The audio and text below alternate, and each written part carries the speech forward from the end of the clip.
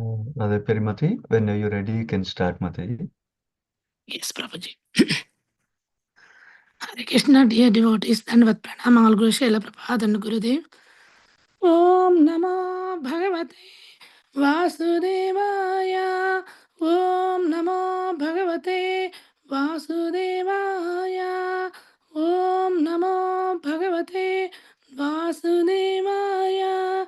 Narayanam Namaskutya Naran Chaiva Narottamam Devim Saraswatim Vyasam Tato Jayam Udirayet Nashtaprayeshu Abhadreshu Nityam Bhagavata Sevaya Bhagavati Uttam Sloke Bhakti Bhavati Naistiki.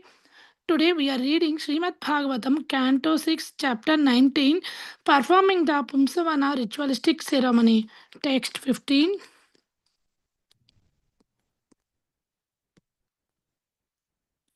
Text 15, Sri Sukadeva Goswami continued, thus one should worship Lord Vishnu, who is known as Srinivasa, along with Mother Lakshmi, the goddess of fortune, by performing the prayers according to the process mentioned above. After removing all the paraphernalia of worship, one should after them water to wash their hands and mouths, and then one should worship them again.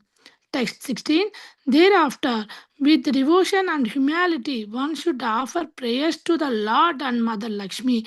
Then one should smell the remains of the god offered and then again worship the Lord and Lakshmi ji. Text 17. Accepting her husband as the representative of the Supreme Person. A wife should worship him with unallowed devotion by offering him prasada. The husband, being very pleased with his wife, should engage himself in the affairs of his family. Text 18. Between the husband and wife, one person is sufficient to execute this devotional service. Because of their good relationship, both of them will enjoy the result. Therefore, if the wife is unable to execute this process, the husband should carefully do so, and the faithful wife will share the result. Texts 19 to 20.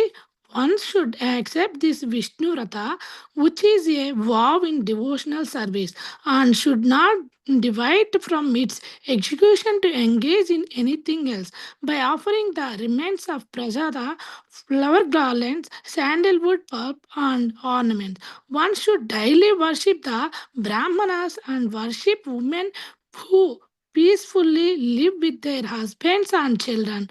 Every day, the wife should continue following the regulative principle to worship Lord Vishnu with great devotion. Thereafter, Lord Vishnu should be laid in his bed, and then one should take prasada. In this way, husband and wife will be purified and will have all their desires fulfilled. Text 21. The chaste wife must perform such devotional service continuously for 1 year. After 1 year passes, she should fast on the full moon day in the month of Kartika. Text 22. On the morning of the next day, one should wash oneself and after worship Lord Krishna as before. One should cook as one cooks for festivals as stated in the Graha Sutras. Sweet rice should be cooked with ghee, and with his preparation, the husband should offer oblations to the fire 12 times. Text 23. Thereafter, he should satisfy the Brahmanas one when the satisfied Brahmanas bestow their blessings, he should devotedly offer them respectable obeisances with his head, and with their permission, he should take prasada. Text 24. Before taking his meal, the husband must first sit the achra comfortably, and along with his relatives and friends should control his speech and offer prasada to the guru. Then the wife should eat the remains of the oblation of sweet rice cooked with ghee. Eating the remains ensures ensures a land, devotee son, and all good fortune. Text 25. If this vow or ritualistic ceremony is observed according to the descriptions of Shastra, even in his life, a man will be able to achieve all the benedictions he desired from the Lord.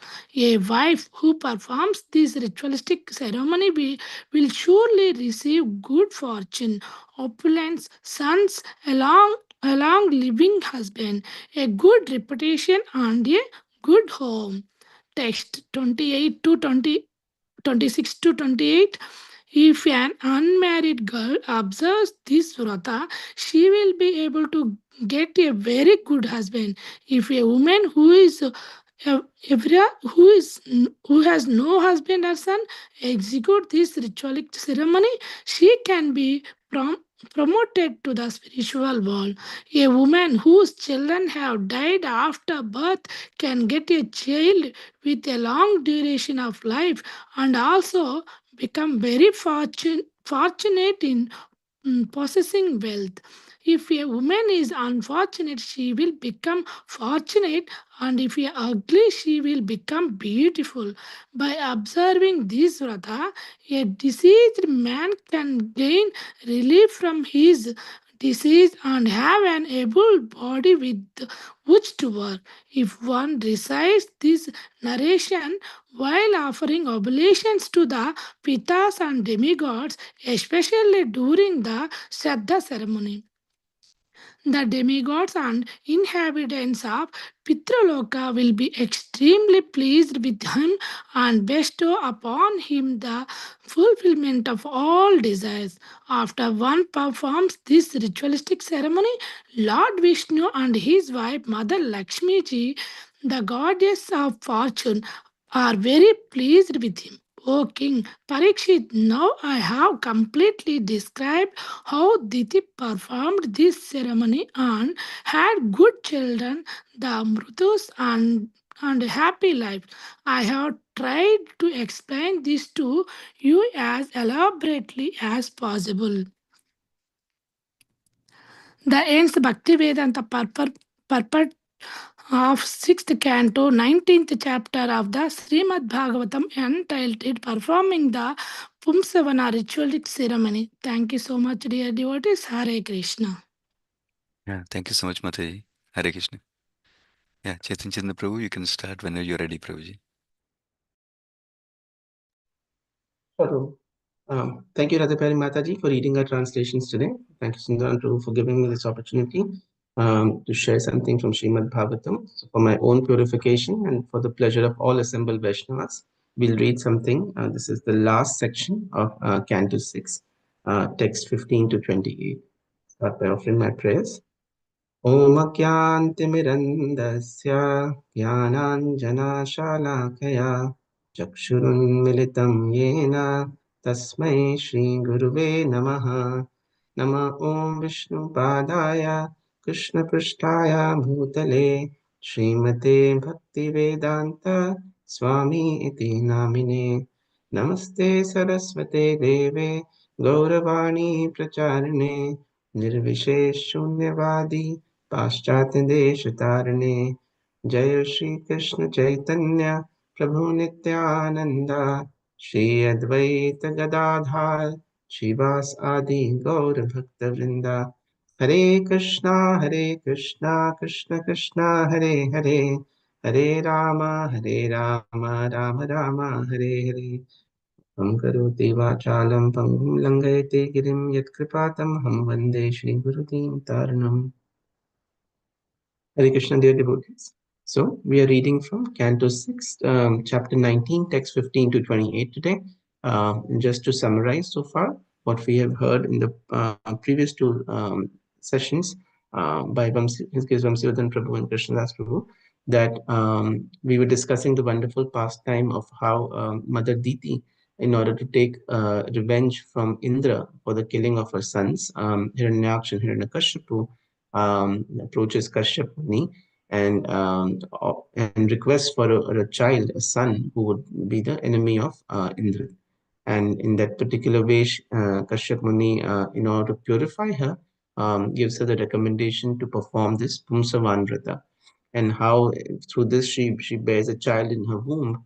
But Indra Devta, in order to nip the problem in the bud, he enters the womb and kills this one particular child and splits it into 49 parts, and the 49 maruts are born. And how, because of this wonderful vrata, and because performing this vrata, both Mother Diti and Indra Devta get purified, and we see such a wonderful loving exchange. So in yesterday's discussion, we had seen that Parikshit Maharaj asks Sukadev Goswami, he inquires to learn more about this Pumsanvan Vrata, because he wants us to know the benefits and the process of doing this particular sacrifice. So in we'll continue. So in text 15, Sukadev Goswami continues to describe to Parikshit Maharaj that after following the above mentioned processes, one should worship Lord Vishnu, who is known as Srinivas. So one of Lord Vishnu's name is Srinivas because Sri, or Mother Lakshmi, is always with Lord Vishnu. We can never be separated from him. Lord is also called Srivats, because Mother Lakshmi, in the form of a hair, silver hair, is always present in the chest of Lord Vishnu. So in that particular, remembering this particular association between Lord Vishnu and Mother Lakshmi, the devotee should continuously offer prayers according to the processes that have been previously mentioned, and also offer them different articles, including water for Achman. In text 16, again goes on to describe how wonderful prayers should be offered to the Lord and Mother Lakshmi, including Bhoga. In text 17 and 18, what's wonderfully described that this particular sacrifice, although recommended by Kashyap Muni to Mother Diti, and also in the beginning was mentioned that it was recommended for women to achieve good fortune for both themselves as well as the husband and the entire family.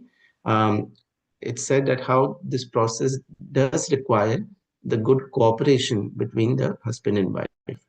So it also goes on to emphasize the wonderful spiritual relationship that we can have in Grihastha ashram. So normally, or at least in material world, a lot of times two individuals come together in marriage in order to see how they can benefit from each other. Right? Oftentimes people will fight and they'll say, I have been with you for 20 years. What have you done for me? People will use this argument because it's always how much you can gratify my senses and how much I can gratify your senses. So even though we call it love, it's not selfless love. But what we're seeing here in spiritual life, what we should aim for is when two individuals come together and they begin the Grihas ashram, it is important that we support each other, that we look at each other as devotees, and we support them, serve them in whatever way possible. So in this particular mood, if we cooperate well with each other, we can achieve wonderful things as a Grihast couple, including in this particular sacrifice. It's mentioned that how a wife should worship her husband as representative of Supreme Person and offer him prasad. And the husband, being very pleased with his wife, should engage himself in the affairs of his family. It's a mutually cooperative relationship, so we can advance together in spiritual life. Also goes on to mention that sometimes we're not in this very favorable or amicable situation that both spouses are interested in Krishna consciousness. Sometimes one is very interested and the other one is still very materially inclined. And that can sometimes pose a problem. And obviously, we cannot expect a great amount of cooperation in that scenario. But even then, we should be very humble and loving and kind to our spouses. We should never look down upon them or never look at them with enmity. My Guru Maharaj says that because we are in bhakti, we should never be proud of this, but instead we should be very grateful that we have this fortune that we are able to understand the supreme truth and about the Supreme Personality of Godhead. And with this humility and with this gratitude, we should eagerly want to share this with other people around, including our spouses. So when we see that they're not able to follow, they're not able to keep up, they're still so materially inclined, Rather than looking at them with despise, we should look at them with compassion and mercy and pray for them. And in this particular shloka, what's mentioned is if we very sincerely follow our devotional practices, then the results of our the pious deeds that we accumulate as a result of our spiritual practices will automatically be shared with our spouses as well. So two things: if our spouses are not very favorable to bhakti, one, we should be sincere so they could get some agyat sukriti from that. And the second is we should be dealing with them with love and kindness, because eventually that is what each soul in this world is looking for. Once they get love and kindness from us, they will naturally, slowly start appreciating what we are doing. In text 19 to 20, this wonderful description of deity worship. So with regards to deity worship, there's different articles that's mentioned how the husband and the wife offer different paraphernalia to the deities, and after putting them to rest, they should take prasad. In this way, all their desires will be fulfilled. So I was reading in this particular section. Unfortunately, Srila Prabhupada has not given many purports. But in this particular section, when I was reviewing it, I referred to a purport from Srimad Bhagavatam, Canto 7, that we're going to see next time, wherein Prabhupada gives a little bit elaboration on deity worship. So they want to talk to you about that. It is said that for Grihastha devotees, deity worship is very important. Although in this age of Kali, we understand from Lord Chaitanya Sankirtan movement that the Yuga Dharma is chanting the holy names of the Lord. And that should be a prime goal, a prime service in order to achieve Krishna Prema. But in order to achieve that, it is important that we also engage in the other elements of the Navada Bhakti process. Because in order to chant properly, we have to be purified. We have to engage our senses, our mind, our words, body, and actions. In order to do that, Srila Prabhupada comments in that particular purport in Canto 7 that every Grihastha devotee must engage in deity worship. If a Grihastha devotee is not engaging in deity worship, he's a miser. And the extent of deity worship that we can engage in, it depends on a particular situation and how much time we can give. It can be as simple as offering arati, a lamp or incense stick to just a picture of the Lord, or having actual deities at home and doing more elaborate deity dressing and artis and offering bhoga to the Lord. But in whatever fashion we can, based upon our situation, we should offer deity worship. What it does, Srila Prabhupada describes, is it engages our senses, our minds, our tongue in the service of the Lord, and prevents us from being distracted from being going here and there. In this regards, when I was just recently listening about Nityanand Trayadashi and pastimes of Lord Nityanand Prabhu, one particular pastime that I heard, there was when Lord Nityanand Prabhu breaks the sannyas danda of Sri Chaitanya Mahaprabhu, and he breaks because Chaitanya Mahaprabhu has taken sannyas in order to gain respect from the material people, so that they can not create offense to him, and he takes sannyas through a sort of a Mayavadi parampara. He gets the Ekadanda sannyas. And the Lord Nityanand Prabhu, being the eternal Guru, he wants to show us that actually, so the Ekadanda sannyas, Ekadanda represents oneness with the Supreme Personality of Godhead. But according to our bhakti school, according to what we understand from Chaitanya Prabhu, that it is not oneness with the Supreme Lord, but it is always eternal servant, being the servant of the Supreme Personality of Godhead. So Lord Nityanand Prabhu breaks that ek danda into three danda. The three dandas represent kavya, mano, and vakya. So serving the Supreme Personality of Godhead, who appears to us in the form of deities, by our mind, by our words, by through prayers, offering arati, and through our actions. So in this particular way, we realize that our movement is more about personal service and relationship with the Supreme Personality of Godhead, which for practical purposes we establish through deity worship, which we should incorporate daily into our household practices. Prabhupada also says if one cannot worship the deity himself, then at least one should engage in at least or going to the temple, staying near the temple, going to the temple, and observing the arti process that is being offered. But Prabhupada says we should stay away from paid deity worship or paying somebody to come and do deity worship. Many times I've seen in Hindu families in India, people will have like Brahmins and other people come to their home and do deity worship and not engage themselves. But we should avoid that practice, is what Prabhupada said. In text 21, going along with the recommendations of this Pumsavan Vrata, it is said that one should perform this particular Vrata for a year, and then on the full moon day of Kartik, the fast should be broken.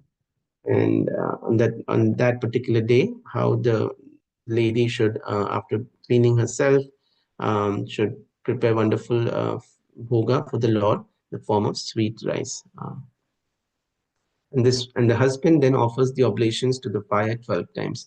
So we know that Lord Vishnu is the Yajna Purusha. So the fire, or the flames of the fire, the jwala of the Agni represents the tongue of Vishnu. So the sweet rice bhoga that is being offered is offered into the fire directly into the mouth of the Yajna Purusha, Lord Vishnu. In text 23 and 24, it's described as the importance of Brahmanas and Guru. So whatever we do, we should always try and satisfy the Brahmanas, and then our sacrifice will be completed. Because Krishna is described as Namo Brahmanaya Devaya, Go Brahmana Hitaya Cha. So when the Brahmanas are satisfied, Krishna is satisfied. In similar fashion, we should begin before we take our prasad. We should offer first comfortable seating to our acharya, to our guru, and please him, and only then we should partake of the prasad. So in text 25, it goes on to describe that anybody who performs this particular ritualistic ceremony of the Pumsavan Vrata, according to the description of Shastra, will get a lot of different benedictions. And in text 26 to 28, which is the last shloka for today, goes on to describe what is the Falashruti. So this you may have heard several times whenever we hear a wonderful katha, a Falashruti is described of like anybody who hears this particular katha, remembers it, gets wonderful benefits, material benefits. In this particular Pumsavan Vrata was described that any unmarried women will get a wonderful husband. Women who have lost children or don't have a husband will get to go to the spiritual world. Those who are don't have good bodily features may become beautiful, get a lot of prosperity in life. So and so forth is described as the wonderful benefits of this Pumsavan Vrata. So when I was reading this, one thing came across to my mind that we're talking about in this particular vrata that Sukdev Goswami is describing to Parikshit Maharaj, there is mention of so many wonderful material opulences, some material benefits that one derives from this particular practice. But then it's also described in Srimad Bhagavatam that talked about the glories of Srimad Bhagavatam. Srimad Bhagavatam is called Amala Puran. That means it doesn't have any mala. It does not have any dent of material benefits or material things that people normally look for, and that this is what separates Srimad Bhagavatam from the rest of the vast Vedic literature tree. Because a lot of the Vedic literature descriptions, sacrifices talk about how you can get a good house, a good wife, a good job, and good life in next birth. But Srimad Bhagavatam is about pure devotional service. So then why is Parikshit Maharaj and Sukdev Goswami interested or talking about this vrata that is giving us so many material benefits? How do we understand this? And with this, I remember when Vamsivadan Prabhu was explaining a couple of days ago, he had beautifully elaborated on that even though this vrata gives material benefits, because in this particular vrata involves Lord Vishnu and Mother Lakshmi, it is transcendental. And that is the reason why even Mother Diti and Indra, and Mother Diti, even though she began this particular penance with the idea of achieving a material boon of having a son who would go on to kill Indra, because of the association of Lord Vishnu and because of praying to him regularly, offering him devotional service, fruit, water, leaf, in this particular fashion, because of offering devotional service, she got purified and was able to have that wonderful discussion we saw with Indra Devta. And because of her association, because she was purified, Indra Devta was also purified. So although there is mention of Falashruti, of material benefits that are achieved from this particular vrata, we have to understand that this particular vrata, because it is relates to Lord Vishnu and Mother Lakshmi, gives us much higher spiritual and transcendental benefits than what is materially achieved. The material benefits are more like the side effects that one may acquire. But the other thing is also mentioned that being devotees in material world, we do go through a lot of tribulations, a lot of unfavorable circumstances. And that is part of material life. And it is not wrong for us to fold hands and approach Krishna and ask him for help. Because ultimately we sing that Krishna Mata, Krishna Pita, Krishna Dharna Pran. Krishna is everything that we have. So when we are in difficulty or trouble situations, we still approach Lord Krishna, and we may ask for certain relief from certain situations. That does not mean that we expect Krishna to be our servant or serve us and fulfill our needs and desires, but we approach him humbly, like a child would approach his parents, and we have full faith and trust in Krishna that Krishna will provide to us whatever is needed for a particular situation. Sometimes Krishna might see that this particular devotee is wanting to execute some devotional service and he needs some wealth for it, and Krishna might provide wealth for it. But if we ask for wealth and Krishna feels that this wealth is going to distract this particular devotee from devotional life, then he may hold back from it. And that is our love, and that is our trust in Krishna, Guru, Sadhu, and Shastra. That when we approach the Lord and the Sadhu and the Guru, even for our problems, we have full faith and trust that whatever situation they'll give, they may be for our benefit. It will be for our benefit one way or the other. We may understand, we may not understand. And this goes on to describe, describe a little bit more about the Navadha process that Srila Prabhupada, Navadha process of bhakti that Sri Prahlad Maharaj elaborates on, and Srila Prabhupada describes on the purport. Prabhupada says this Nava Adha. Adha means directly serving the Supreme Personality of Godhead, direct devotional service. So normally people would do certain penances and things and then offer the results of that unto the Supreme Personality of Godhead. Or you go outside and do your, like one of the material perspectives of Bhagavad Gita is you should do your karma and then offer your results. But Srila Prabhupada describes that no, we should do our karma, whatever we are doing, we should do in direct relation with Supreme Personality of Godhead. And that's why it becomes direct devotional service, rather than indirectly doing something first and then offering the results to the Lord. That is why it's called Nav Adha Bhakti process. And there are different limbs. We've seen wonderful examples like Shravanam, Parikshit Maharaj, Kirtanam, Sukadev Goswami, Vishnu Smaranam, Prahlad Maharaj, Padasevanam, Mother Lakshmi, Archanam, Prithu Maharaj, Vandanam, Akrura Dev, Dasyam, Hanumanji, Sakhyam, Arjun, and Atmanivedam, Bali Maharaj. The reason I want to mention this is because Prabhupada describes that even one of these devotional processes, even one of these limbs, if we are able to do it well, including what we are discussing today about deity worship or Archanam and Vandanam, these particular individuals I just listed, they achieved spiritual abode or supreme success just by executing even one of these limbs very effectively, efficiently. That is why what's described in this particular vrata, we can understand the glories of deity worship and devotional service through that particular mood. So with this, I'll end our discussion today. This is what I briefly wanted to share. Grantaraj Srimad Bhagavatam ki jai, Ananta Koti Vaishnavind ki jai, Srila Prabhupada ki jai. Hare Krishna. Thank you very much, Prabhuji. Hare Krishna. Thank you so much.